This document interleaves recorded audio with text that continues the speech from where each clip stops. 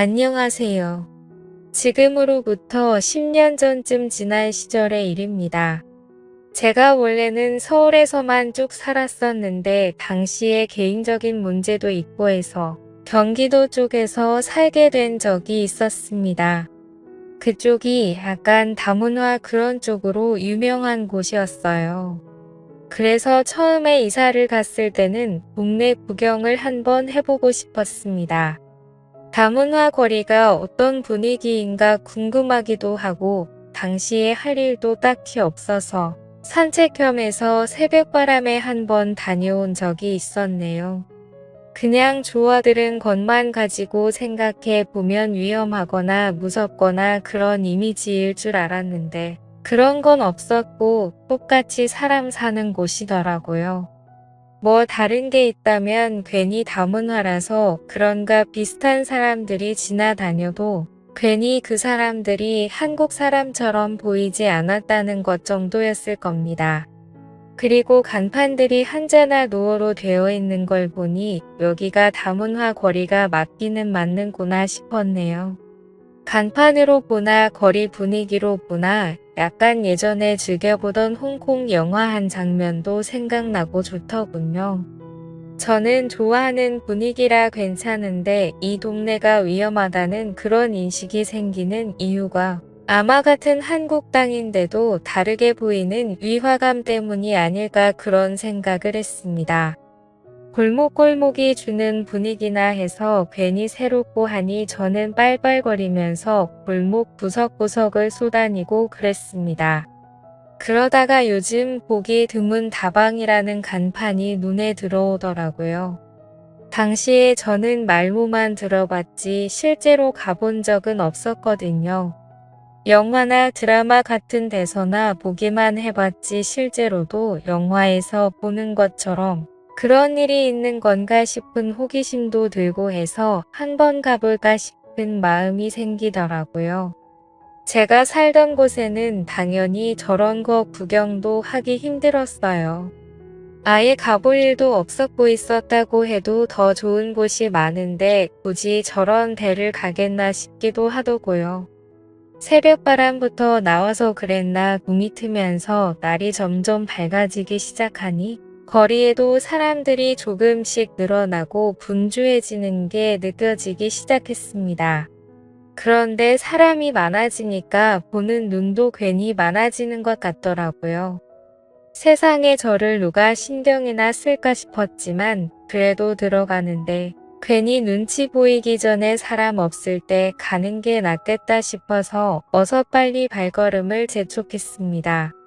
입구가 특이하게 건물을 정면에 두고 옆으로 빠져서 지하로 내려가는 구조였습니다. 그렇기에 더욱더 제가 생각한 그런 곳이지 않을까 하는 기대도 생기더군요. 카운터에서 통 닭은 분위기에 당시 저보다도 한 5살은 어려 보이는 아가씨가 인사를 해주더군요. 속으로 그때 땡 잡았다 싶었지요. 좀처럼 받기 힘든 밝은 인사를 받고 괜히 헛기침을 하면서 어느 자리에 앉을까 하다가 혹시나 만약을 대비해서 출구 가까운 곳으로 자리를 잡아 앉았습니다. 괜히 바가지일 수도 있고 내 상을 입을 수도 있지도 않겠냐는 생각이 들었거든요. 그런데 한참을 앉아 있었는데 혹시나 진짜 여기는 찻집이 아닐까 싶은 생각이 들었습니다. 괜히 저만 쪽당하는 게 아닌가 싶기도 하고 여러모로 마음이 이상했네요. 괜히 아닌 척하면서 쩔쩔매면서 두리번대고 있었습니다.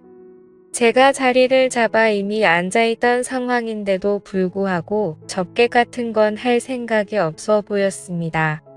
인사는 세상에서 제일 밝게 해줘두면서 옆에 와서 앉는다든지 뭐 마실 건지 물어본다든지 그런 거 하나 없이 그냥 카운터에 기대서 앉아 가만히 화장만 계속 고치고 있는 겁니다. 헛기침을 하면서 눈치도 주고 했는데 그 아가씨는 계속 딴 곳만 보고 저는 신경도 안 쓰다가 저 뒤쪽에서 인기척이 들리더니 드디어 누가 나오더군요. 그런데 뒤에서 나온 사람은 나이가 좀 있어 보이는 그 당시 저에게는 저희 막내 이모보다 조금 어린 사람이었습니다. 뭐라고 해야 할지 약간 애매하게 나이가 많아 보이고 애매하게 예쁜 그런 느낌이었습니다. 분명 제 또래 정도 되었을 때는 어디서 한가닥 하기는 했을 것 같아 보였지만 나이를 숨길 수는 없어 보였어요. 그러다 드디어 제가 안절부절하고 있다는 걸 눈치채고 제 곁으로 후다닥 와서 자리에 앉더군요. 그러더니 저한테 뭐 마실 거냐고 물어보더라고요. 쟤는 온 지 얼마 되지도 않고 돈 벌 생각도 없어 보인다고 하면서 대신 사과까지 해주더라고요. 솔직히 이제와 생각해보니 그 아가씨는 제가 마음에 별로 안 들어 보였고, 그래서 이 이모한테 저를 떠넘긴 게 아닌가 하는 생각이 듭니다. 아무튼 저도 어디서 본 건 있어서 진하게 커피 한 잔 좀 타달라고 이야기했습니다. 그런데 그 누님은 주문을 받았는데 커피를 만들러 가지는 않고 오히려 저를 보더니 저를 오빠라고 부르더군요. 그러더니 내 것도 한 잔 사줘야 하는 거 아니냐며 친한 척 물어왔습니다. 솔직히 한 잔만 사야 하는 게 아니란 건 알고 있었는데 누가 봐도 이모뻘 되는 사람이 저한테 오빠라고 부르는 것부터가 조금 그랬거든요. 그래도 그때는 주문을 받는 게 아니고 이 사람이 분명히 여기 사장님이 아니겠냐 싶었습니다. 오빠라고 했던 건 제가 여기 와서부터 꽤나 오랜 시간을 대기를 하고 있었으니 제 기분을 풀어주기 위해 그런 게 아닐까 하는 생각이 먼저 들더군요. 확실히 입구에 있던 아가씨는 제 스타일이었기도 하고 일하기 귀찮아하는 그 사람을 커피를 시키고 나면 제 옆에 앉혀주지 않겠나 하는 기대도 들어서 1시간 커피값 치고는 꽤나 큰 돈이었지만 지불을 했습니다. 그때부터는 괜히 긴장도 되고 그래서요. 아침에 마실라 온다고 괜히 너무 후줄근하게 하고 온 건 아닌가 싶기도 하고 문곡도 괜히 떼고 그러면서 긴장하고 있었습니다. 괜히 숨이 깊게 들어가고 손도 살짝 떨리고 그러더라고요. 그런데 그 기대가 무색하게 그 젊은 여자는 카운터에서 여전히 관심 없는 듯 턱을 괴고 있는 상태로 딴 것만 보고 있고 그 이목벌 되어 보인다는 분이 뒤뚱뒤뚱 커피랑 이런 걸 챙겨서 가지고 오더라고요. 컵받침이랑 짝이 다른 데다가 입까지 조금 나가 있는 커피잔을 보니 커피 맛 또한 하나도 기대가 되지 않았습니다. 그런데 커피잔이 입에 닿자마자 저도 모르게 우아하고 감탄을 해버렸네요. 커피를 그렇게 잘 아는 사람은 아니지만 그 커피 맛만큼은 제가 어디서도 단 한 번도 입에 대본 적이 없다고 해도 무방할 정도로 이것보다 맛있는 커피는 없다고 단언할 만큼 독보적인 맛이었습니다. 인스턴트로 이런 맛을 어떻게 내는 건지 싶을 정도로 감탄이 다 나오더군요.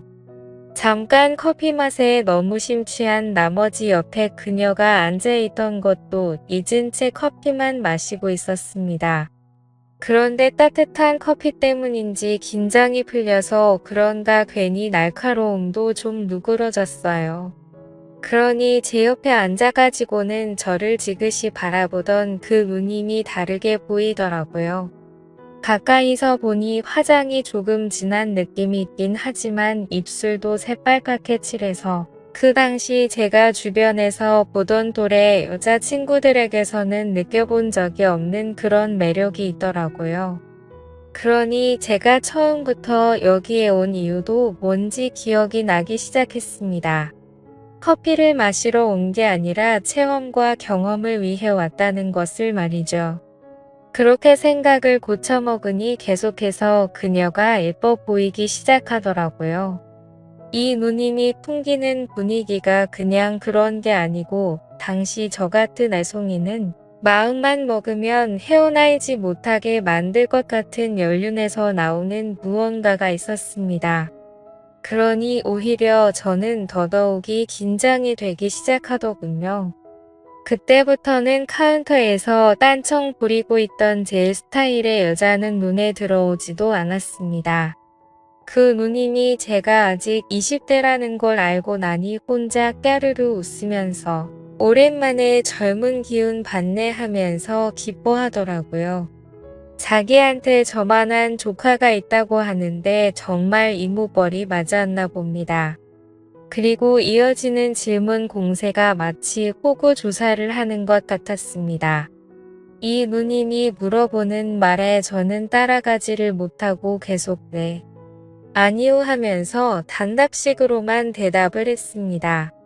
그런데 누님이 제가 따라오질 못하니 지루해졌는지 어느 순간부터 질문을 하면서 테이블 건너 벽에 걸려있는 텔레비전으로 계속해서 시선이 옮겨가더라고요. 얼마나 정적이 흘렀는지 저한테는 커피값에 포함된 1시간 중 몇 분 안 되는 시간이었는데 이대로 가다가는 가만히 단답만 하다가 가겠다 싶어서 안 되겠다 싶었습니다. 그래서 누님한테 커피 한 잔 더 마시고 싶다고 1시간 정도 더 있다 가면 안 되겠느냐고 조용히 말을 걸었지요. 누님은 제 말을 듣더니 피식하고 저를 깔보듯이 웃더군요. 장소가 주는 묘한 분위기와 누님이 앉아있는 저를 위해서 아래로 내려다보며 짓는 미소에 그 새빨갛게 칠해놓은 입술까지 3박자가 다 들어 맞아떨어지니 점점 제 시선은 오갈 곳을 잃고 심장은 쿵쿵거리며 뛰기 시작했습니다.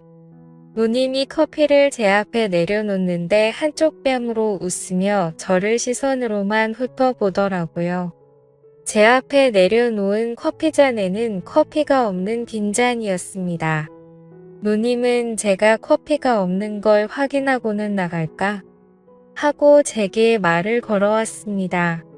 이제서야 옳게 왔구나 하는 생각이 들었네요. 그런데 그녀가 저한테 시간은 정확하게 쳐줄 테니까 일단 자기랑 어디 좀 들리자고 하는 겁니다. 무슨 급한 볼일이라도 있는 줄 알았는데 길가에 붙어있는 청과점에 들어가서 야채를 몇 개 사더라고요. 오늘 집에 뭐 음식 좀 해놓아야 하는데 이러면 곧바로 퇴근하면 시간이 딱 맞댔다면서요.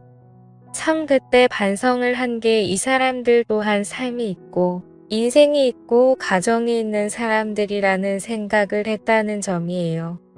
먹고 사는 게 다 똑같은 건데 당연히 일상이 있을 거라는 그런 생각은 안 했던 거죠. 그리고 나서 향한 곳이 저희 집입니다. 아무래도 공간이 있어야 할 텐데 원래는 저도 아무리 혼자 산다지만 집까지 끌어들일 생각은 없었거든요. 그런데 먼저 집으로 가자고 물어보니 거절할 수가 없었습니다. 집의 문을 열고 들어오니 곧바로 아까까지의 모습은 온데간데 없고 마치 마트에서 장보고 돌아온 신혼 부부 마냥 눈빛부터가 돌변하더군요.